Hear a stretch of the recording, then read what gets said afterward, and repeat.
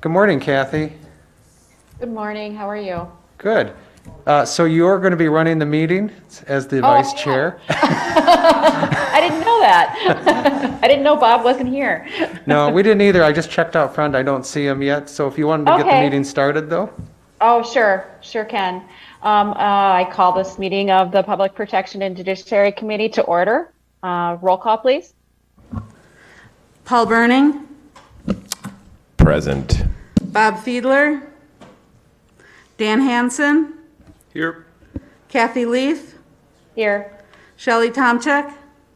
Here.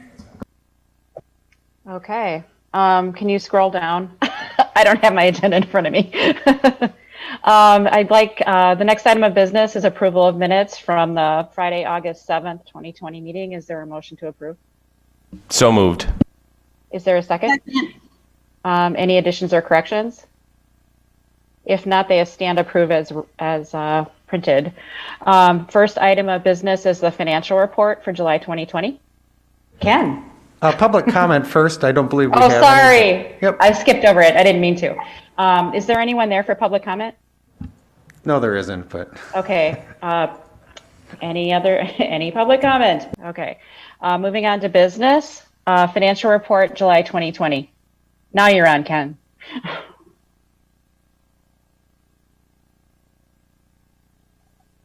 all right. We're just all kinds of organized this morning. It's okay. I've decided that every day is a new adventure and I never know what's going to happen. Okay, so the financial report, this is through the month of July. So we'd be looking at about 40% of the budget remaining at this point. When I went through and looked at it, one of the things I noted, I was comparing the year-to-date July for fiscal year 20 to the fiscal year 19 year-to-date through July. And nearly all of the departments had revenues that were meeting or exceeding their prior years. And then when I looked at the bottom line of the budget, the total expenses remaining for all of the departments, there is roughly 50% remaining, all except for maybe the jail. But we had a large expense there, which I believe was related to the day reporting center expansion. And jump to that. So the big number down here, $413,000 is a capital outlay, which leaves 40% of the jail budget remaining. This $400,000 actually has a separate revenue source that will offset to it. So that'll all work out in the end. But were there any other questions about the July financial report? Yes. Sheriff, how's your department doing with everything that's been going on the last couple of months and your team working as much as they've been?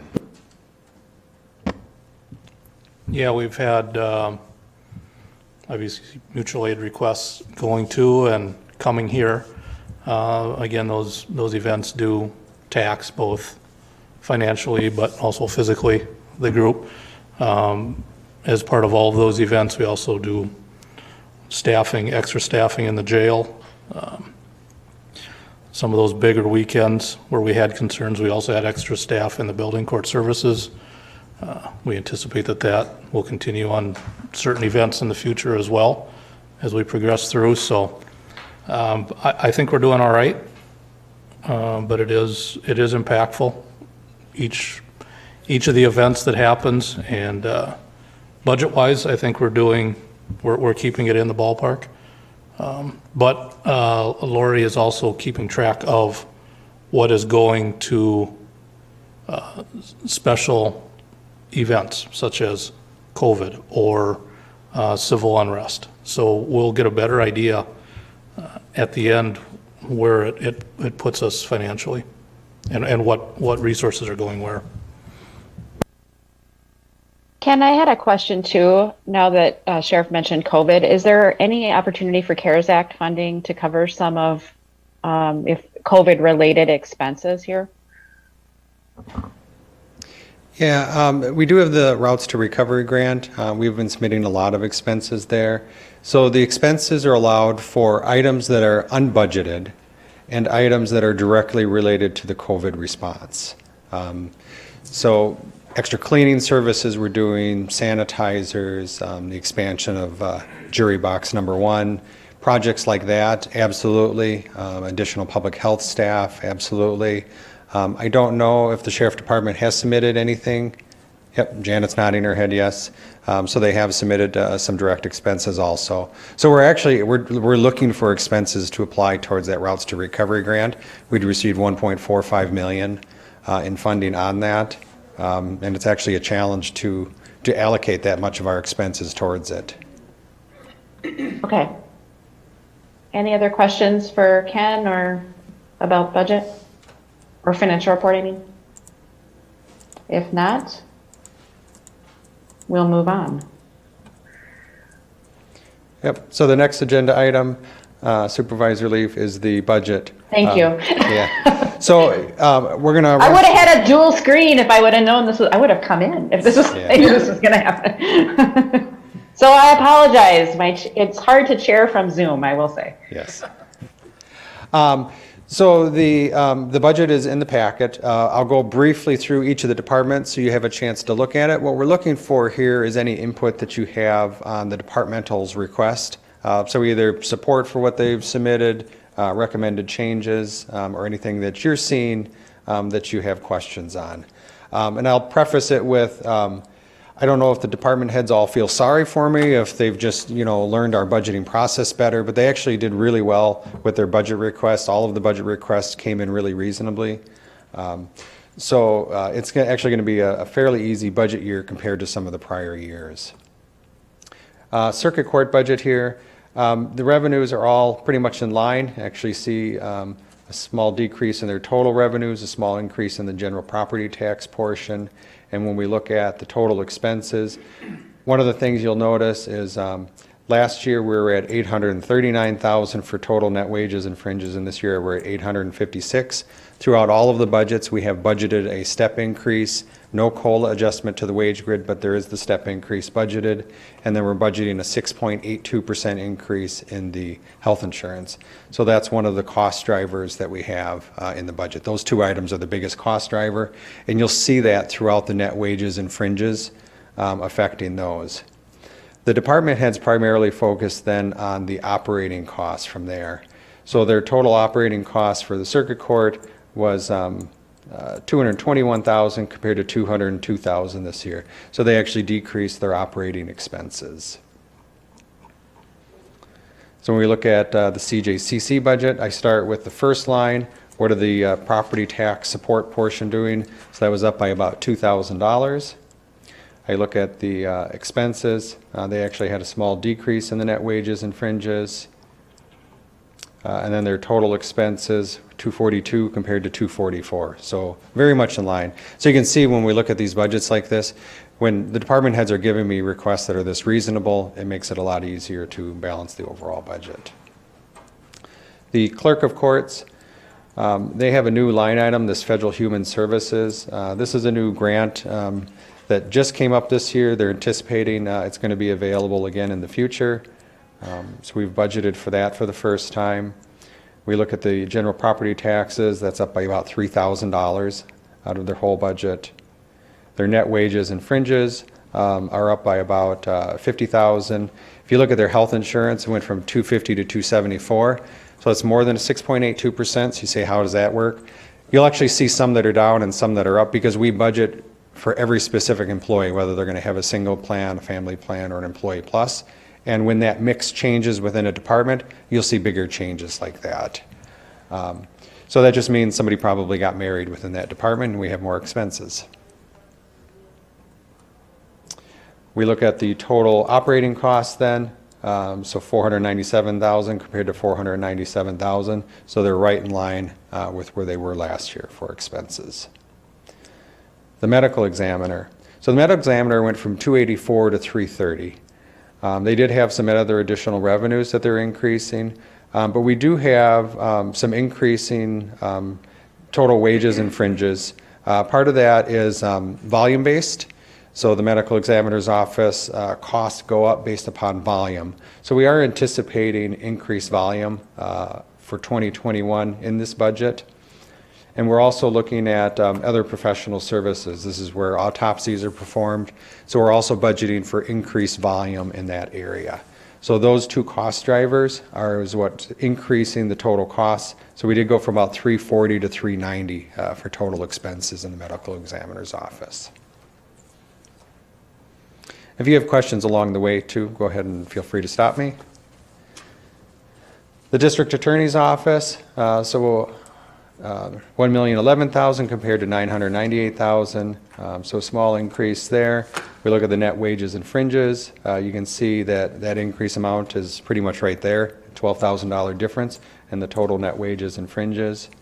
If we look at the operating costs, it went from $59,000 to $60,000, so less than $1,000 increase in operating costs for the district attorney's office. So again, the biggest cost drivers we're seeing in here is the step increase and the health insurance changes. There were no new positions in the budget, so normally I would stop and point that out if there were any new positions, but since there were none in this budget, I don't have any to point out. Child support, you actually see a negative general property tax amount. The negative amount is because they generate other revenues in excess of their expenses. So we reflect it with a negative amount here, and that amount basically goes back and helps support the other departments. But we use this methodology so that every department has a zero balance budget at the end. So when their negative amount decreases, that means actually an increase in the amount of general property taxes or less that they're sharing with other departments. So there's a $15,000 difference there. If we look at total wages and fringes, there's a $14,000 increase there, so that accounts for most of it. So their total operating expenses go from $121,000 to $122,000. That's the extra $1,000 difference. So when I look at budgets, that's how I quickly go through. I look at about 3 lines on them, and then I know where to go back to dissect it more. Law enforcement. So law enforcement, we're going from about $7.45 million to $7.7 million. So there is a good size increase here in the total cost for the department. If we look at total wages and fringes, it's a fairly, let's jump down here. So 6.457 to 6.487. One of the things we did here, I'm going to highlight this line, it's holiday pay.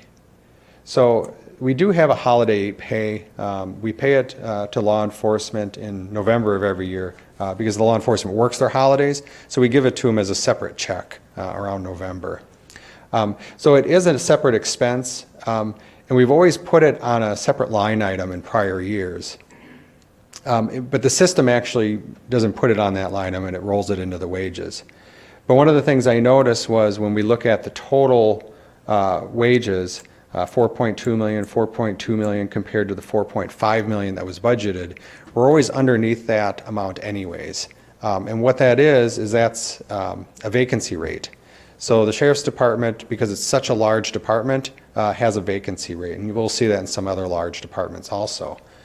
So we've offset that holiday pay actually with vacancy rate. So it's a budgeting technique that we're kind of, swapping out something that we know we're going to spend. We are going to spend the holiday pay. Everyone's still getting holiday pay, so don't have your officers call or email me that. We're really budgeting though for a vacancy rate. So we anticipate that there will always be some vacancies within the Sheriff's Department. The other place that you see that is on overtime. So overtime runs $402,000, $476,000. We budgeted $290,000. We're already at $247,000 for the year. So I anticipate we'll be, still close to that $500,000 mark. But we're still only going to budget $300,000 on overtime. So the difference between that is part of that vacancy rate again that we're budgeting for. So this technique that we're implementing, we've done it before with the overtime. We're adding that holiday pay. So that's one of the techniques we're using to help keep the total cost reasonable. When we look at the operating expenses, because there wasn't a very large increase then in total wages and fringes, there wasn't a step increase allocated for in the union contract, so that is in there. But it's in the operating cost. And the big one is $269,934 for software subscriptions and renewals. So this is the annual maintenance fee for the new software that we have. So instead of having a software package that was going to be well over $1 million to purchase, we went to a subscription-based software package. So we have an annual cost that we have to allocate now, and it's really only a budget issue the first year we get it in the budget, because it'll be the same amount next year, adjusted for inflation. But it's just absorbing it in that first year. So this is the first year absorbing it, and then it'll be steady from there on out. That saves us a lot on the capital costs long-term. So this was the route that the county decided to go. So we do have to absorb this $269,000 in here. This is offset slightly from the old software, which was actually housed in the IT's budget, but it's being moved to the sheriff's department budget. There's also some that resides in emergency services, and did you have some in the jail also? Yeah. So it's split out in a couple of different areas. So when we look at the total expenses, operating expenses, they're up by $350,000. $269,000 was related to that software. So that's where the increase for the sheriff's department is coming from. When we look at corrections, we'll see some of the same things. The total tax levy not up by very much. It's only up by about $20,000. When we look at the overtime, you see that same trend, 270, 308, we're budgeting 110.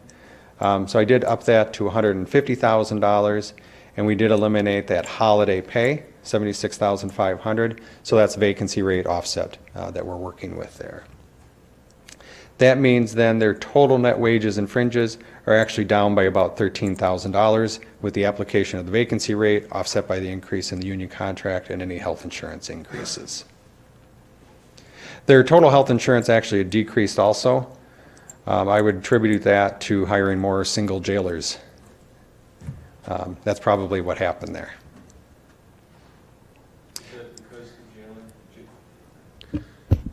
Is that trend because jailers are kind of an entry position? And is that something you will continue? Yeah, that actually is kind of the entry position. That's actually what we just talked about this week, so. Okay. Which, that is one thing we'll get to on attempting to fill those spots. We are having a really difficult time right now. I understand. And I do have a question too. The overtime, is that largely because we are having trouble filling spots and other people are working overtime hours? That's a lot of it. We are 5 short, Once everybody gets to their new spots, yes. and we had interviews the other day. We planned on interviewing 20. One day of interviewing 10, 3 showed up. It was right after Kenosha. So people are rethinking this line of work. Other counties, some of them are stepping down because of what's going on. So we're going to be in this for the long haul.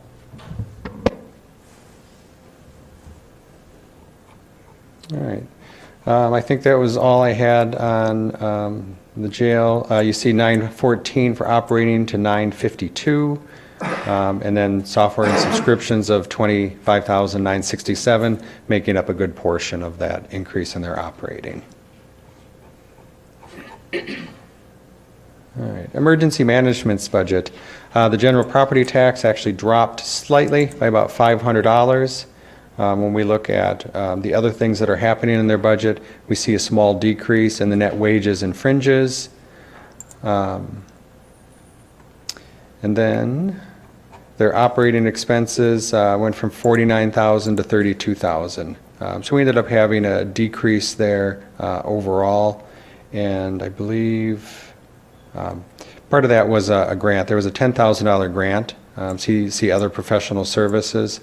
That grant was not budgeted for in 2021, so that was a big portion of the decrease in their operating expenses. They'd also decreased provided training from $17,000 to $12,000, that number right there. Emergency communications, the general property tax amount is going from $2.2 million to $2.3 million, so about a $100,000 increase. So we try to dissect where is that coming from. We see net wages and fringes of 1.76 million to 1.835. So we're seeing a larger increase in the total wages and fringes. The wages is where it's at. I'm not sure why. I've double checked this number 3 times, but this is the right number to be budgeting at, the 1.139 million for wages, which is all of the telecommunicators. So that's the right number for us.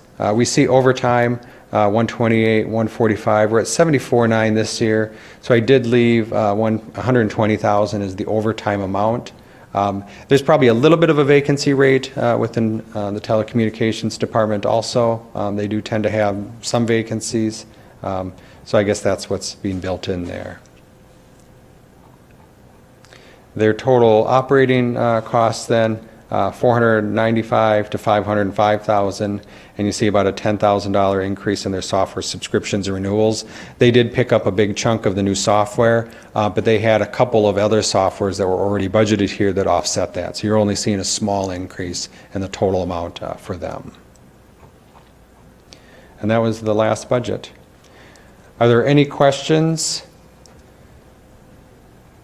Overall support for the departmental submissions? Do we need to approve this budget moving forward?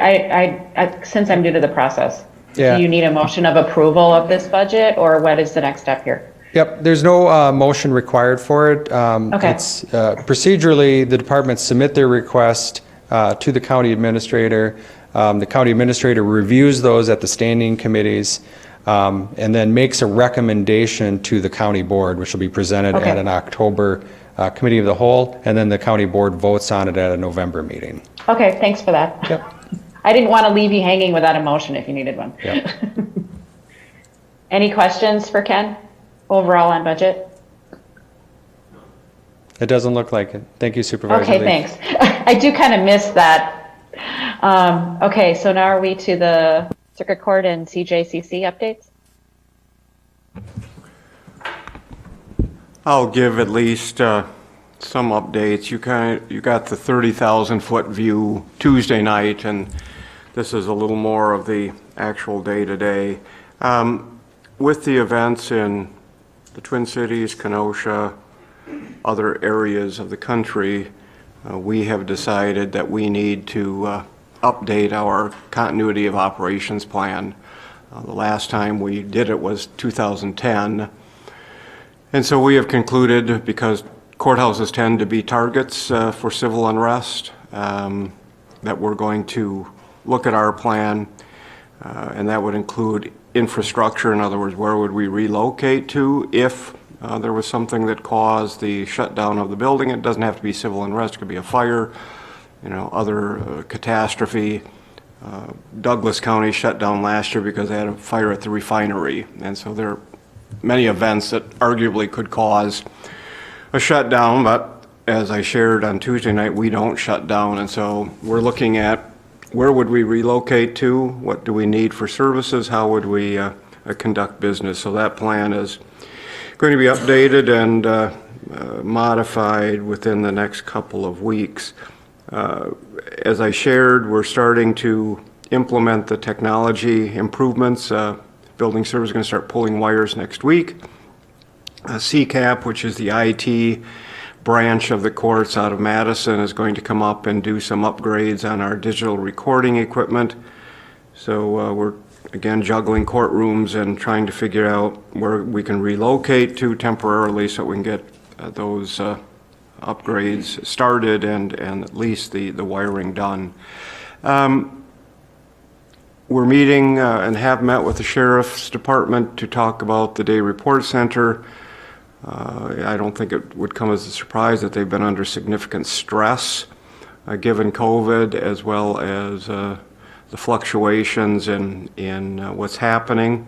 And they've also temporarily moved now twice, first to the service center in Richmond and now to a construction trailer out in the parking lot until the addition is done. So we're looking, and we met with the chief deputy yesterday at least to talk about, how can we creatively look at that program to make sure that the benefits, which are public protection primarily and accountability, are weighed against the demand on the staff and not burning people out, quite honestly.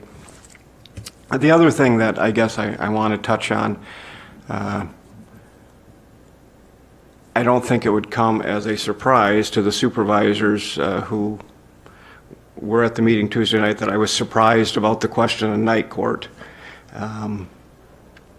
My preference is always to come prepared to meetings and to be able at least to field questions with at least some notice. So if my responses were, candid or curt, it was not intentional, but rather I really had not had time to think about it. Now that I've had time to think about it, here are the considerations for night court. First, we need a need, and at least in our opinion, there's not any established need to establishing a night court. I think the district attorney would hopefully concur, as well as Ms. Tomczyk or members of her agency, that in every hearing, when we schedule, we ask the person who we're scheduling, what day and time will work best for you? So we can avoid conflicts with work, we can avoid conflicts with daycare, et cetera. And so we really bend over backwards to try to accommodate work schedules and try to accommodate people's scheduling. We extend that same courtesy to the district attorney, public defenders, private attorneys, anyone else. So we haven't had an established need. Secondly, the majority of our calendars during the week are criminal cases. The majority of people who are represented in criminal cases are represented by the public defender or by court appointed. Unfortunately, those people don't have jobs or they're underemployed. And so employment and trying to avoid conflicts with work isn't a big consideration oftentimes. The other issue that certainly would come up with night court is staffing. As I mentioned, it wouldn't impact just on the courts and the clerk of courts, but on the sheriff's department, on the district attorneys, on the public defenders, court counsel, you name it. This is something that would impact pretty much every other department, human services in the county. And so while it sounds like a novel idea, the impact that it would have on pretty much every other department in the county is something that we obviously would want to consider. So at this point, night court is not on our radar. If, as I said, there becomes an established need, if there becomes a way that we could staff that efficiently as well as within budget, that may be something that arguably we would look at going in the future. Mr. Witt also mentioned the cleaning, and I cannot again emphasize the phenomenal people we have cleaning our building. We have two young ladies primarily that clean the second floor. And when we have a jury trial, at every break they're in the courtroom cleaning off the chairs in the jury box because jurors aren't assigned to a seat. They can sit wherever they want. During every break they go in and clean the jury room, they clean the toilets, they clean handles on all of our exit and entry doors into the building. At noon they come in and clean all the courtrooms. If I have a break at 10 o'clock, they'll be in cleaning. And anyone who thinks that they're going to pick up COVID by touch in this building is mistaken, because there isn't a surface that goes uncleaned 3, 4, 5 times a day, at least on our floor. And so I commend the administration, the facilities, as well as building services for the cleaning efforts that they've extended to the courts. And it makes people feel safe. And that's, I think, part of our responsibility as an institution, that when people come to this building, they feel safe. And so, again, court security, we accomplish that at the front door, and then, as I said, with the cleaning that's going on. So that's kind of my update, the more drill down as opposed to the 30,000-foot view. And Mike, if you want to highlight CJCC. Thank you, Judge. Judge talked about the Day Report Center, and I just want to bring up something. We're working on our TAD grant for 2021. So we took a look at our budget for this year for TAD, and we have some unencumbered monies available because of COVID-19. We didn't have travel training, our operating supplies were down. So we kind of brainstormed things, and Kim Kitzberger our treatment court coordinator. Our drug testing is down in the day report center for our treatment court program, and that's posed kind of a problem for the program itself. So in an effort to kind of brainstorm through this, we took the money that we have and looked at possibly an administrative support position at the day report center. And Mike Niska's left, I was going to give him some credit here, but I'll do it anyways. So we talked about it, and I think we have enough funding available to maybe fund a 50% position with help from other sources, but it'd be a contracted position. It would not be a county position. It would simply be contracted. And Mike Niskas, as we were talking with the DA, brought up the fact, why don't we get a triage type of person for the day report center? Maybe somebody with some mental health background. I know Supervisor Hanson, this is something you're interested in. Somebody that when people come down there and maybe they test positive, maybe we can steer them in the right direction rather than just a pure bail jumping charge right off the bat. So I think this has merit. I would probably be overseeing the contract out of the CJCC, kind of keep it separate because most of it's going to be TAD funding. And I think we're going to maybe, if it works, we're going to try to incorporate this into our grant for the next 5 years if we can, be competitive and win that grant award. So I think it's a great idea. It's sharing across, department lines, and I think it's probably something we should, we will follow up on. And we're working on it right now with an outfit called Justice Point.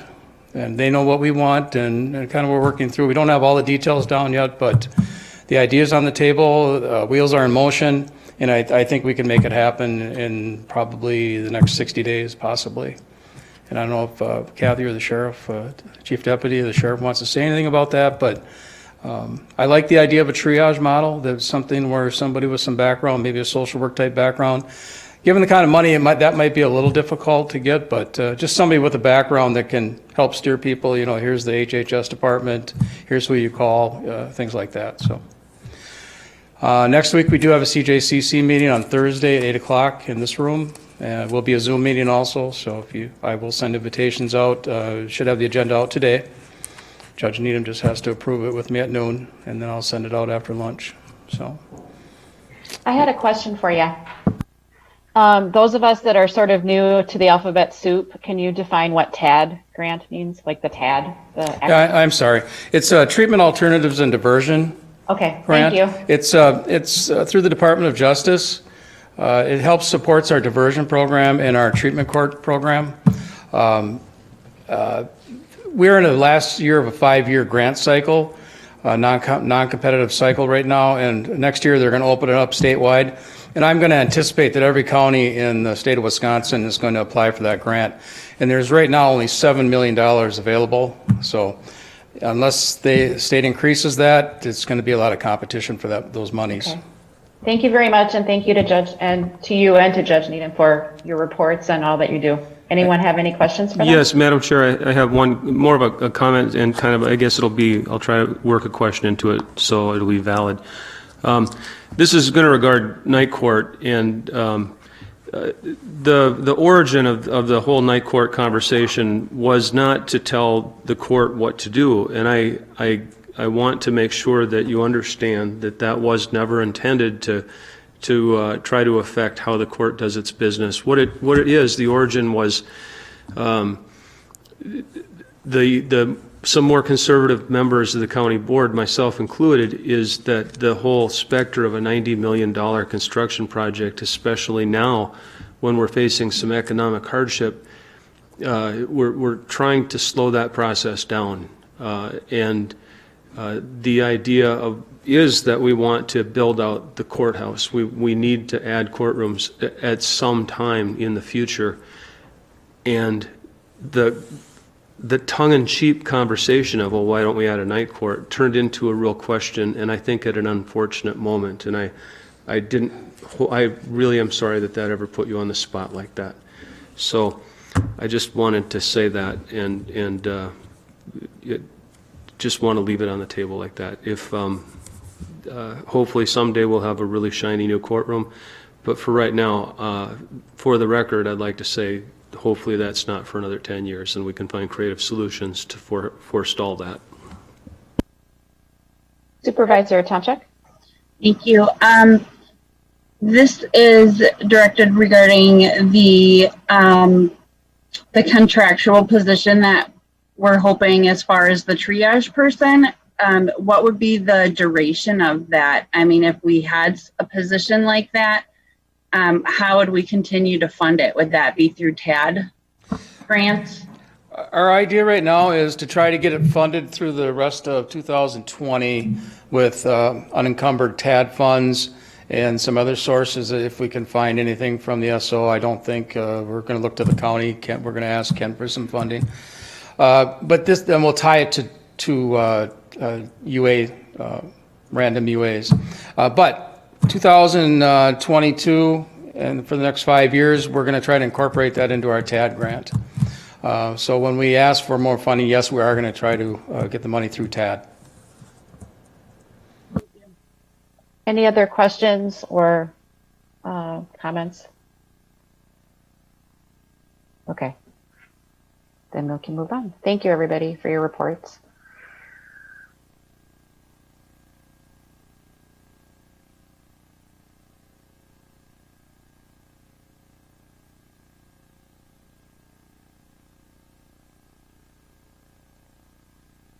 Medical examiner's update, next up. Good morning, and thank you. For our update, I'm just going to, I've got 5 bullet points.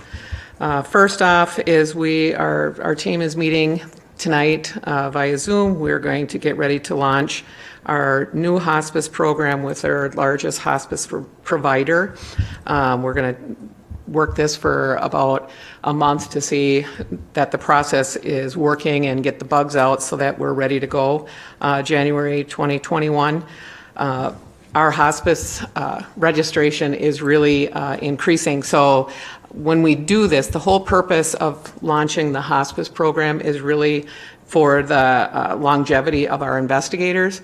When you think about it, our investigators, when I started, I mean, Jeff Stacken's been here for 30 years, but when I started, we had 51 cases a year. We're at 455 right now. So, and we're all contracting, all of us, have other jobs. So we have to look at safety in this here, and especially for our night crews. They're getting woke up 3-4 times a night because of hospice, and then a scene visit. It just is almost not responsible to look for an alternative. So that's why we're going with this hospice program. In the long run, what it'll do will save money on the volume of phone reports, and that's a line item on our payroll. And then it will be done more digitally. So that's what we're kind of working with our medical providers right now. When we started hospice registration, we had 1. We now have 9 different agencies from 2 different states and 12 different counties that they're serving. So we never know who's going where, and someone might be hospicing at home and die. The family calls us, but the hospice nurse doesn't show up for maybe 3 hours.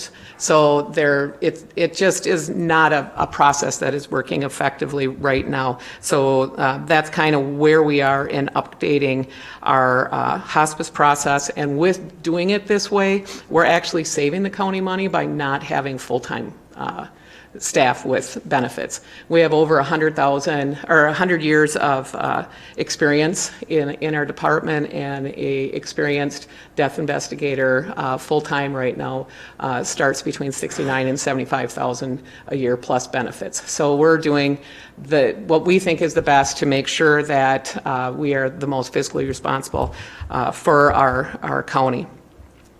The next thing we did, for those of you who haven't seen our van and what we do, we have a mechanical cot.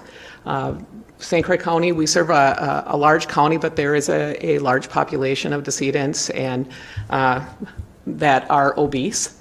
So when we purchased our cot, it was $9,000, but that also was on we investigate with a team of 1, so you need to have other people help, which usually lands on law enforcement. And this mechanical cot actually is way cheaper than a back injury. So that was one of the things that we were really looking at. The next thing we wanted to do then was to purchase the lift that goes with the cot. That there costs $25,000. So I had Jim Ellsbury's team come out and look at our van and look at what we were doing. And we were able to come up with a solution to actually secure our cot for $35. So saving $24,965. And it actually, we were pretty proud of it. And it's the same type of safety and securing system that semis use to support their load. So we were pretty excited about that. But as we move forward, this is going to be a continued problem when we're dealing with obese decedents. So we've got a lot of equipment to help us, but be mindful that the people that help us lift are law enforcement. And, you know, it can be hard physical work, and I'm trying to make sure that we have the safest environment for moving decedents. The third thing I wanted to talk to you about was abandoned bodies. This here happened twice last week.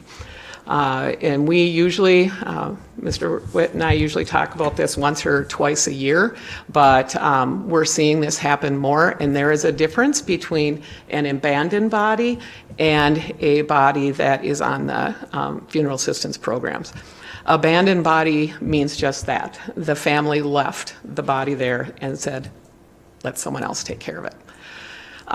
So that there can be expensive, and right now what we do is, depending on what community they're in, we try to work with funeral homes, but because our volume is so high, funeral homes can turn that work down.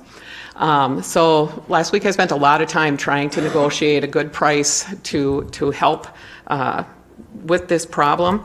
But what I found, part of the problem is that we have very aged parents taking care of very age dependent children.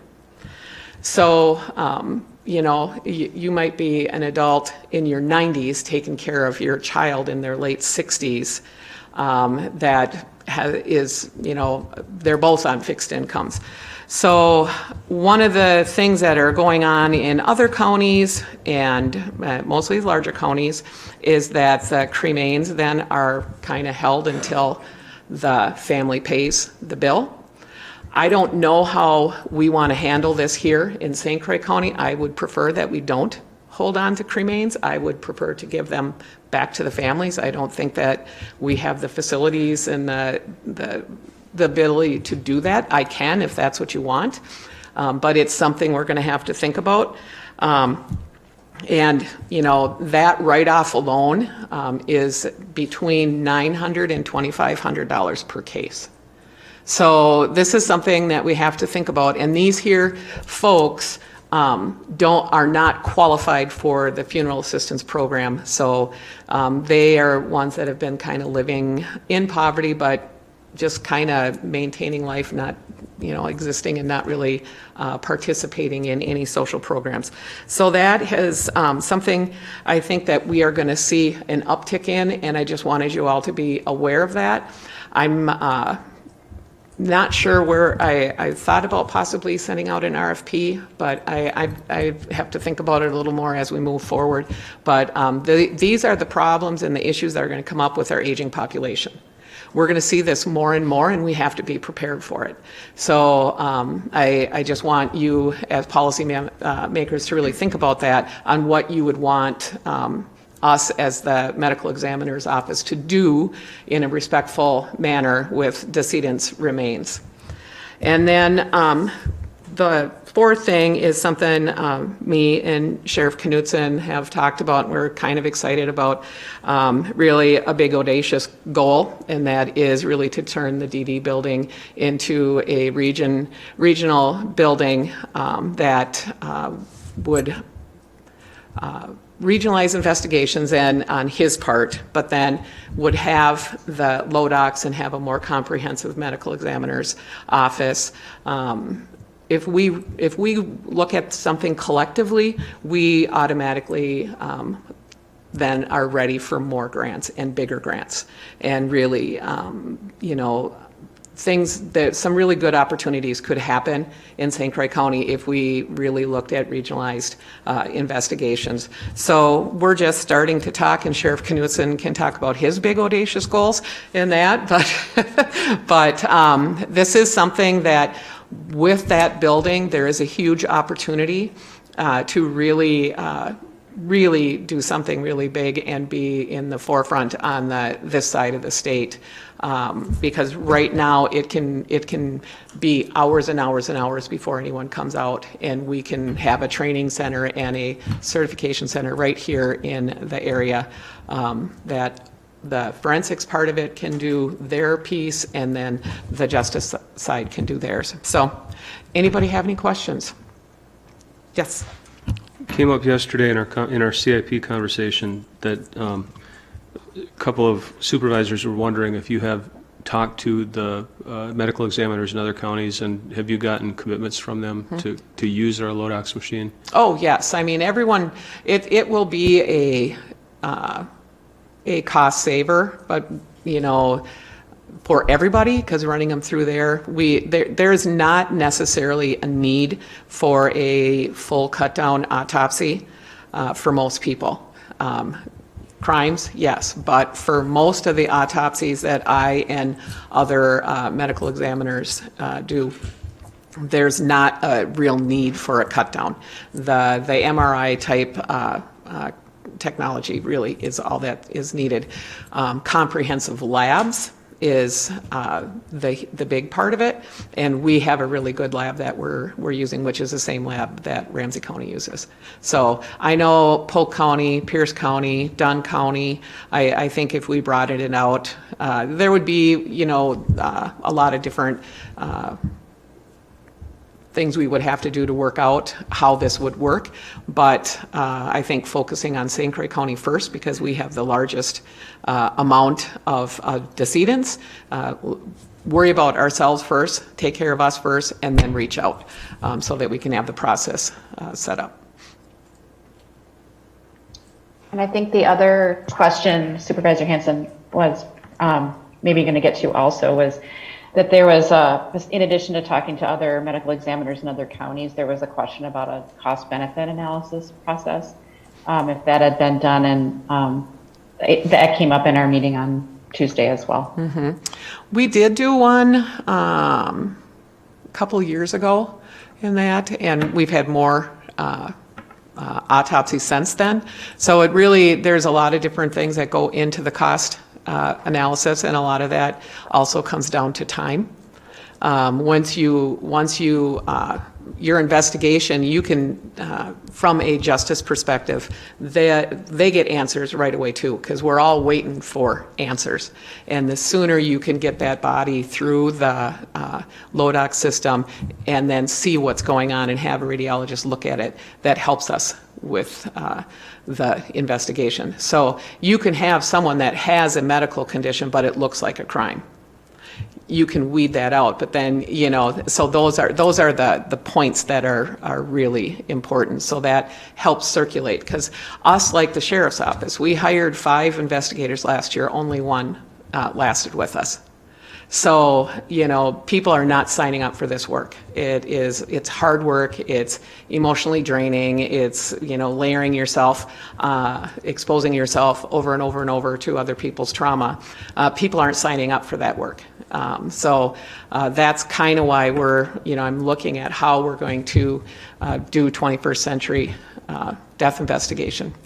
So what I'm hearing you say is that there's distinct intangible benefits that you can't work into a cost benefit statement that we'll get from having this equipment. Right. Well, and the thing of it is, you have to realize people watch TV. They watch Dr. G, they watch NCIS, they watch all this. That's the families, that's their expectation.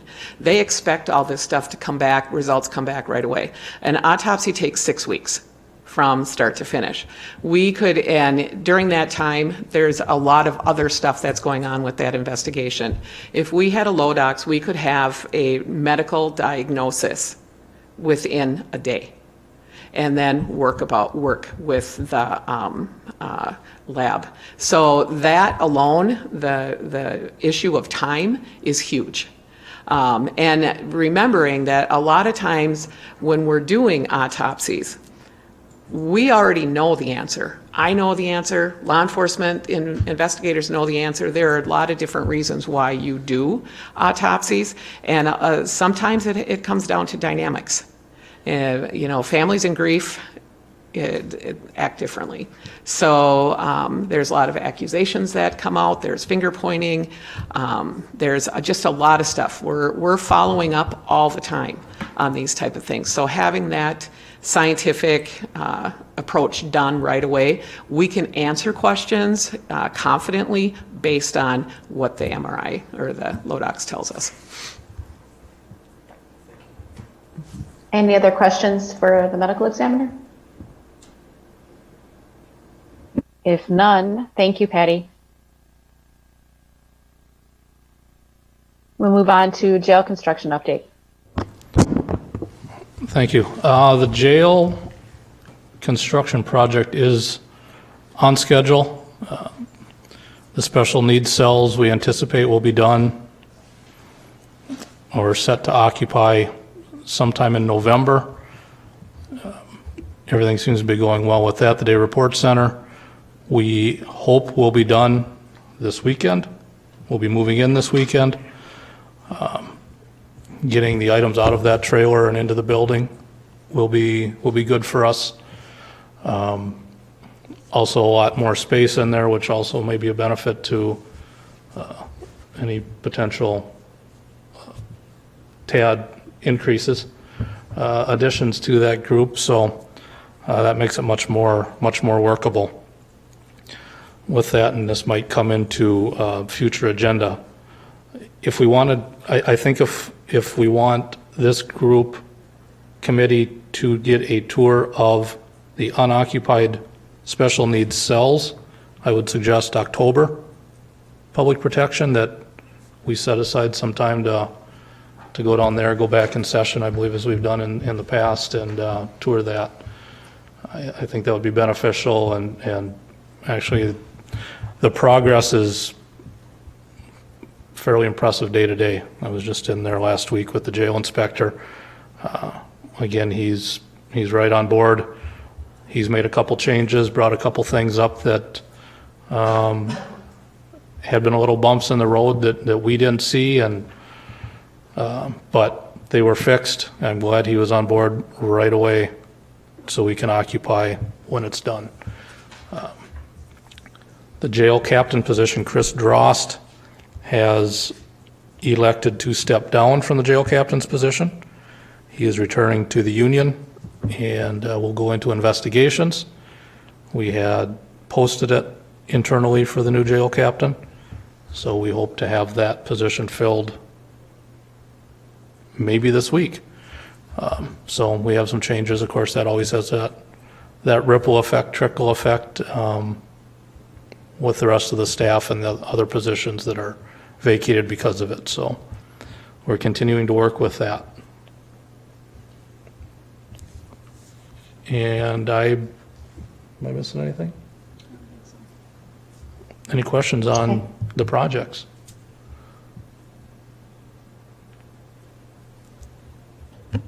Madam Chair. Good. Go ahead. I don't have a question on the project. I just want to tell you that I have nothing but the strongest admiration for your department and every deputy and chief deputy that you have working for you. You are a stellar law enforcement agency, and I respect you in the deepest sense. I can only speak for myself, but I don't envy the fact that people are looking at you with a suspicious eye, and I'm not. I really care about you guys, and I hope that you get every single thing that you need to do your job. I appreciate that. Thank you. Yep. Any other comments or questions? Thank you again for all your work, and we all know how tough it is, and I can't imagine being in any of your shoes, any of the public protection folks. So thank you for doing the work you do. Requests for future agenda items besides the tour. And I would anticipate that tour, because I'd also like to get into the day report center as well. Half hour to 45 minutes? So most of the meeting, really, probably a good half. Yes. Okay. Anyone else? Any announcements and correspondence then? No. Okay, thanks. I'm like, I hear nothing. No announcements. Okay, thank you. With that, I call this meeting adjourned.